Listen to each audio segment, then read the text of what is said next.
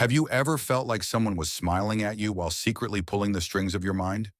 It looks like a normal conversation. Calm voice, polite words, even a touch of warmth. But deep inside, something feels off. Your instincts whisper warnings. Your chest tightens. And yet you can't explain why. By the time you realize what's happening, the game is already in motion. You didn't just have a conversation. You were maneuvered, nudged, and bent into someone else's design. This is not chance. This is not a coincidence. Carl Jung, one of the sharpest explorers of the human psyche, revealed that manipulation follows predictable patterns, what he called the shadows of the psyche. They are not random tricks. They are ancient blueprints of control, recycled through generations, waiting for someone skilled enough or ruthless enough to use them against you. And here's the dangerous truth. Once you learn these patterns, you can't unsee them. You'll recognize them in boardrooms, at family dinners, across friendships, even whispered in intimacy, everywhere.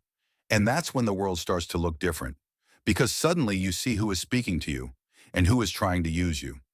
But here's where it gets chilling. Manipulators don't just argue with your words. They infiltrate your perception of reality itself. They don't come for your logic. They come for your instincts. They don't challenge your mind. They target your emotions, twisting them into levers they can pull at will. Jung once wrote, "Everything that irritates us about others can lead us to an understanding of ourselves." Manipulators weaponize this wisdom. They take the mirror meant for self-discovery and turn it against you, making you doubt your own clarity, your own strength, your own perception. That's why this knowledge is not entertainment. It is survival. Because once you see through the questions manipulators use, you'll never again be a pawn in someone else's shadow game. In this series, I'm going to reveal to you the 5 most dangerous psychological questions, questions that sound harmless, even innocent, but are in fact weapons sharpened for your mind. And not only will you learn to recognize them, you'll learn the counter moves that flip the entire game back in your favor. But a warning, once you hear these, you'll notice them everywhere. You'll see them in voices you trusted. You'll catch them in moments you once ignored. You'll recognize that many times in your past, you weren't wrong, you were being manipulated. So the question is, do you want to see the shadows for what they really are? If your answer is yes, let's step inside. Have you ever spoken up about something that didn't feel right, only to be met with a smirk and the words, "Why are you being so sensitive?" At that moment, you probably felt a rush of confusion. Was I overreacting? Am I the problem here? That single question doesn't just challenge what you said, it challenges your right to feel at all. And that is the manipulator's first trick. Carl Jung uncovered that manipulators don't need to prove you wrong. They only need to convince you that your feelings are invalid. This tactic is not about your logic, it's about your self-trust. Think of what's really happening when someone calls you too sensitive. They are not asking you to toughen up. They are asking you to silence the radar that detected something off in the first place. Because here's the truth. Sensitivity is not weakness. It's perception sharpened to a blade. It's your unconscious noticing subtle shifts others ignore. It's your instincts telling you that beneath the words, something doesn't add up. Let me give you a picture. The analyst who sees irregularities in financial reports, dismissed as paranoid, until fraud is uncovered. The partner who senses subtle changes in tone and energy, mocked as insecure, until betrayal surfaces. The employee who questions shady practices, branded as difficult, until the scandal explodes. Jung called this the persecution of the perceptive. The world often ridicules the very people who notice truth the earliest. And manipulators? They know this. They've mastered the art of turning your gift into your burden. So the next time you hear, "Why are you being so sensitive?" don't explain, don't defend, and don't shrink. Instead, calmly respond with words that stop the game in its tracks. "I'm not being sensitive, I'm being perceptive." Does that make you uncomfortable? Now watch carefully. Jung predicted that this counterstrike exposes the manipulator instantly. They will either snap in anger, revealing the shadow behind the mask, deflect to another subject, confirming your suspicion, or suddenly overcompensate with kindness, a desperate attempt at damage control. Every reaction exposes them more than they realize. Because here's the secret. Innocent people are never threatened by perception. Only the guilty are. So ask yourself this. How many times in your life have you been silenced with that phrase? How many warnings from your own intuition did you bury because someone told you that you were the problem? You already know the answer. But don't worry, we're just getting started. Because the next manipulative question cuts even deeper. And it's one you've probably heard in moments of trust, intimacy, and even love. Do you trust me? Let me ask you something. How many times in your life have you walked away from an argument thinking, maybe I really am too sensitive? That doubt didn't come from nowhere. It was planted. Planted carefully, like a seed in your mind, designed to grow into self-blame every time you dare to question someone's behavior. And once that seed is there, manipulators don't even have to silence you, you'll silence yourself. Carl Jung revealed that this is no accident. He called it psychological invalidation, the act of erasing your right to feel what you feel. It doesn't just shut you up in the moment, it rewires your self-perception over time. You begin to believe that your radar for danger is broken, that your discomfort is just weakness, and that's exactly what they want. But here's the paradox Jung uncovered. Those who get attacked for being too sensitive are often the most accurate truth detectors. They are the ones who notice lies without proof, who feel tension in a room others ignore, who catch the flicker in someone's eyes that betrays a hidden motive. Why would manipulators target you for being sensitive? Because they fear what you see. They don't want you trusting your inner signals. They want you doubting them. Because once you doubt your instincts, you're no longer a threat. Let me give you another picture. A wife feels something is wrong. Her partner's tone, their distance. She asks and he laughs, "You're imagining things. You're too sensitive." But months later, the truth comes out. Her instincts were right all along. A worker notices unethical shortcuts at the office. She raises concern. The boss smirks. "You're blowing things out of proportion." Weeks later, the scandal makes headlines. See the pattern? The sensitive are mocked until the truth explodes. This is why Jung described it as the persecution of the perceptive. The very people who should be listened to are the ones dismissed. And if you've ever felt that, remember this. Your sensitivity is not your weakness. It is your weapon. So when someone sneers, "Why are you being so sensitive?" recognize what's really happening. It isn't an insult. It's a confession that you've spotted something they wanted to keep hidden. But this is just the first mask manipulators wear. The next one is even more dangerous. Because instead of attacking your sensitivity, they'll attack something far deeper, your sense of trust. Get ready. Because the moment you hear the words, "Do you trust me?" the real game begins. Stop for a second and really think about this.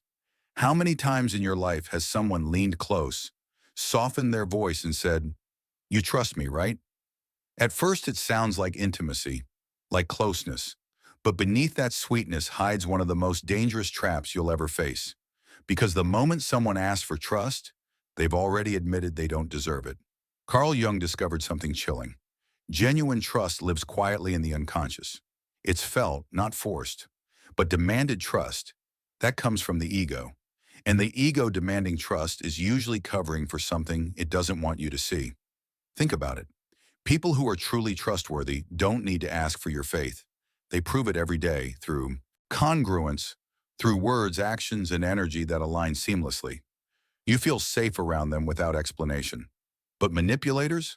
They know how to counterfeit this feeling. And when their performance starts to slip, they pull out this weaponized phrase, "Do you trust me?" Why is it so powerful? Because it hijacks you into a conflict within yourself. On one side, your conscious mind wants to be a good person, loyal, kind, trusting. On the other, your unconscious mind is whispering alarms.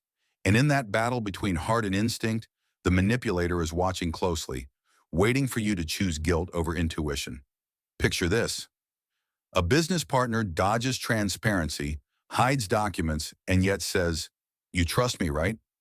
A romantic partner hides their phone, grows defensive, but throws the question back at you, "Don't you trust me?"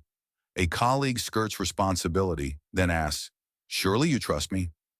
This isn't a question. It's an ultimatum disguised as closeness. Jung called it trust as a weapon. So what do you do when it's aimed at you? You pause. You breathe.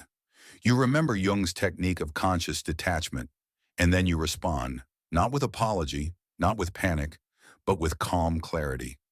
Trust is earned through consistency, not demanded through questions. Are you asking me to ignore my intuition?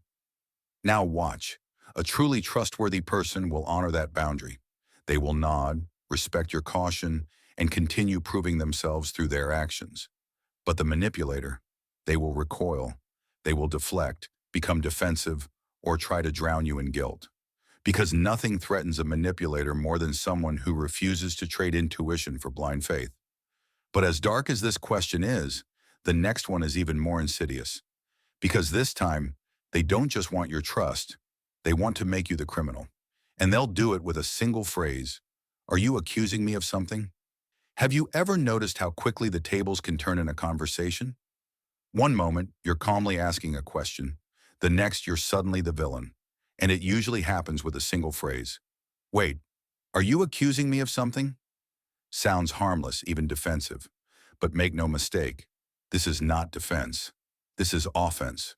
Carl Jung identified this as the reversal technique, a psychological weapon that transforms the observer into the accused, the investigator into the investigated. Here's how it works. Imagine you notice something strange, a missing number in the accounts, a lie in a story, a shift in someone's behavior. You ask a simple, reasonable question, but instead of answering, they snap back. Are you accusing me? Suddenly, the focus isn't on them. It's on you.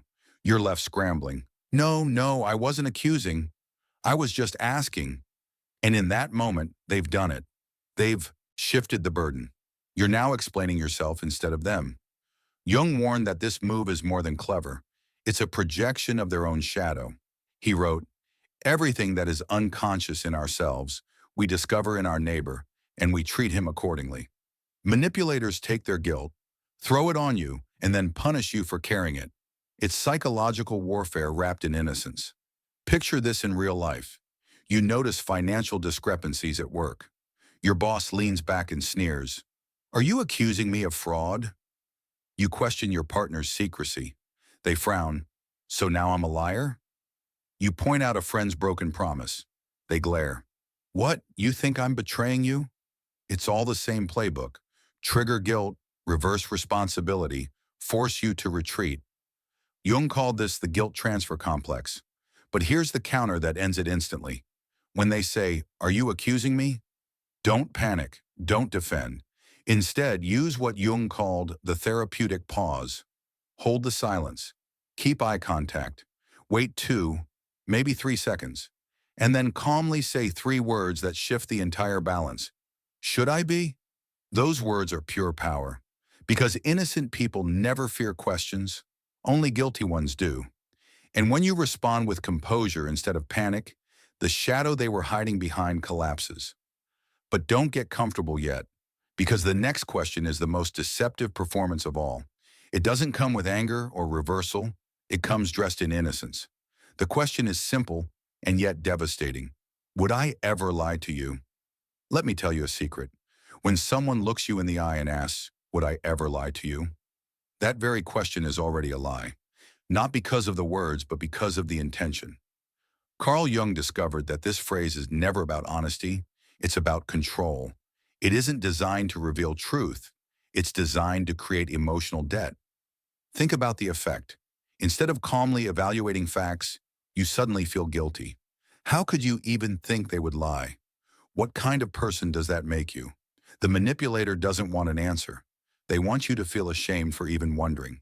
Here's the cruel irony Jung exposed.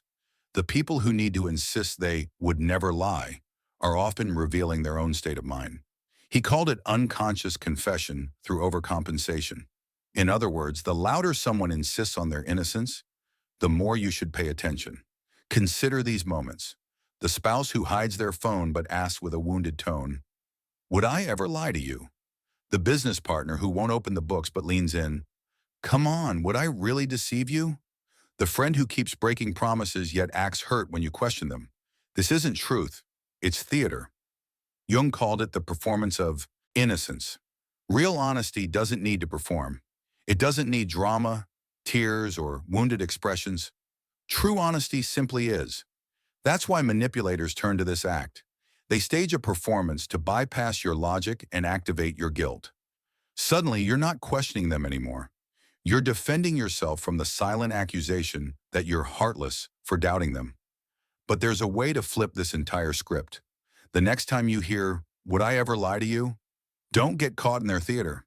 Instead, use Jung's technique of conscious questioning. Pause, breathe, and calmly respond. That's not the real question. The real question is, would I know if you did? Watch what happens next. A genuine person will have nothing to fear. They'll nod, maybe even smile, because they understand real trust is proven, not performed. But a manipulator? Their mask will crack, because liars don't fear lying. They fear being seen. And with that one response, you drag their shadow into the light. But the game isn't over yet. There's one last move, and it's the most dangerous of all. When everything else fails, the manipulator unleashes their nuclear option. They lean back, sigh, and say the words that sound peaceful but carry pure poison. Can't we just move on? It sounds harmless, almost peaceful. After the tension, the lies, the guilt, the accusations, this final question arrives like a sigh. Can't we just move on? But don't be fooled. Jung called this the nuclear option of manipulation. Because when every other trick fails, when denial, guilt, reversal, and performance no longer work, the manipulator reaches for this last weapon, forced forgetting. Here's why it's so dangerous. Moving on sounds like healing, but in truth, it's not an invitation to resolve. It's a demand to bury. Jung warned that to skip the pain of truth is to invite deeper wounds. He wrote, "There is no coming to consciousness without pain." And yet manipulators want you to do exactly that. Skip the pain, skip the clarity, skip the truth. They beg you to seal the wound while the infection still spreads underneath. Picture it in real life. A company caught in scandal telling employees, "Let's not dwell on the past. Let's focus on the future." A partner exposed for betrayal whispering, "Why keep bringing it up? We just need to move forward." A friend who's broken your trust shrugging, "What's the point of rehashing old stuff?" Do you see the trick? These aren't calls for peace. They're demands for amnesia. The manipulator doesn't want healing. They want erasure. They don't want resolution. They want escape. Jung described this as psychological burial. The problem isn't solved. It's shoved into the unconscious where it festers, hidden but alive. And in that darkness, they regain control. Because what you refuse to face will continue to control you. But you are not powerless here. The counterstrike is simple but unshakable. When someone says, "Can't we just move on?" you breathe, stand firm, and respond, "I'll move on when I understand what happened, not before." Those words break the spell. They anchor you in truth. They say, "My peace is not built on forgetting. My peace is built on clarity." And here's what Jung discovered. This is the line manipulators cannot cross. They can fight you in denial. They can perform innocence. They can throw guilt. But they cannot survive against someone who refuses to abandon the truth. Because the truth is their greatest enemy. And when you claim it, you claim your freedom. But we're not done yet. Because Jung didn't just reveal the manipulator's weapons. He uncovered their fatal weakness. And once you learn it, you'll realize something life-changing. They never had power over you at all. So here we are. You've seen the 5 weapons. The attack on sensitivity, the demand for blind trust, the reversal of accusation, the performance of innocence, the plea to just move on. Each one is designed to destabilize you, to push you into self-doubt, guilt, or silence. But now comes the truth that will change everything. Carl Jung discovered that manipulators have one fatal weakness. They cannot survive without your reaction. That's it. Their entire system, their entire game, depends on you panicking, defending, apologizing, explaining. They throw their questions like hooks, but the only way they catch you is if you bite. And when you stop reacting, their power collapses.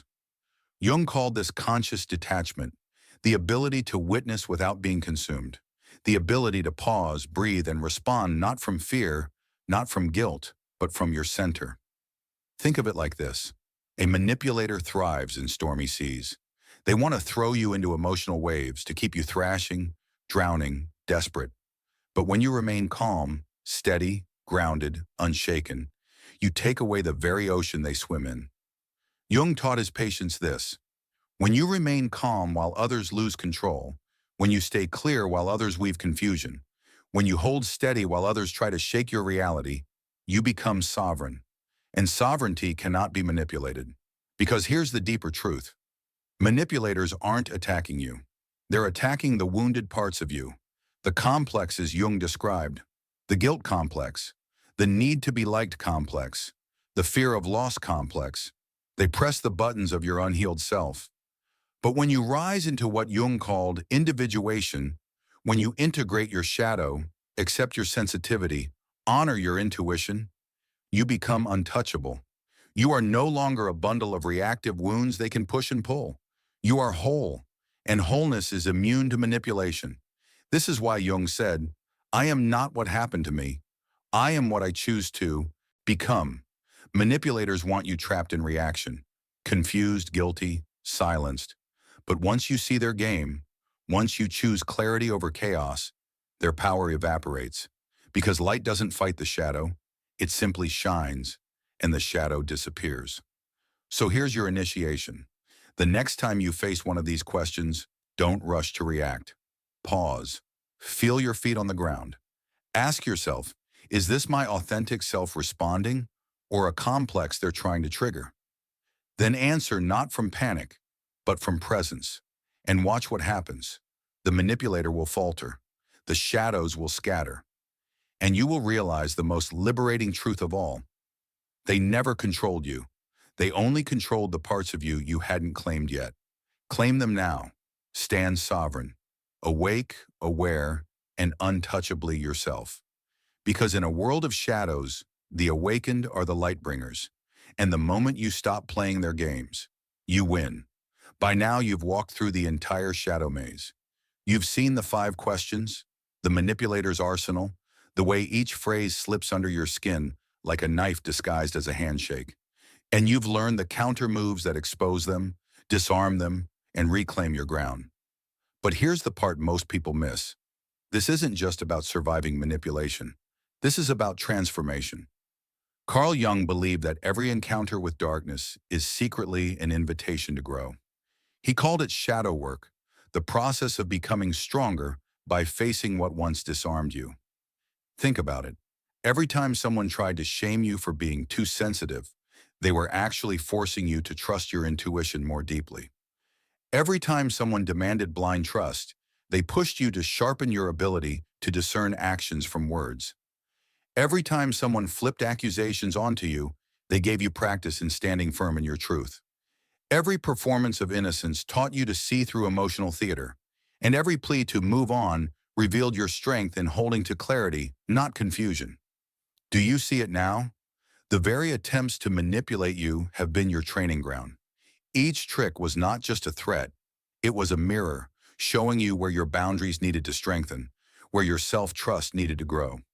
Jung said, "One does not become enlightened by imagining figures of light, but by making the darkness conscious." And that's exactly what you've done here. You've dragged the shadow into the open. You've stripped manipulation of its mask. And now you carry the one power manipulators fear the most: awareness. Because here's the truth. They don't fear confrontation. They don't fear conflict. They fear being seen. A manipulator exposed is a manipulator defeated. So here's my challenge to you. For the next week, every time you feel someone trying to guilt you, silence you, or push you into doubt, pause. Don't react. Breathe. And ask yourself Jung's question. What part of me are they trying to activate right now? And then choose differently. Respond not from the wound, but from your center. Watch what happens. The manipulative will falter, retreat, even vanish from your life. The authentic will rise, respect you, and meet you at the level of truth. That is your victory. Not just escaping manipulation, but creating a space where only genuine connection can survive. So declare it now. Write it, speak it, claim it. I choose consciousness. Because in a world of shadows, you are the one holding the light. And once lit, your light is unstoppable.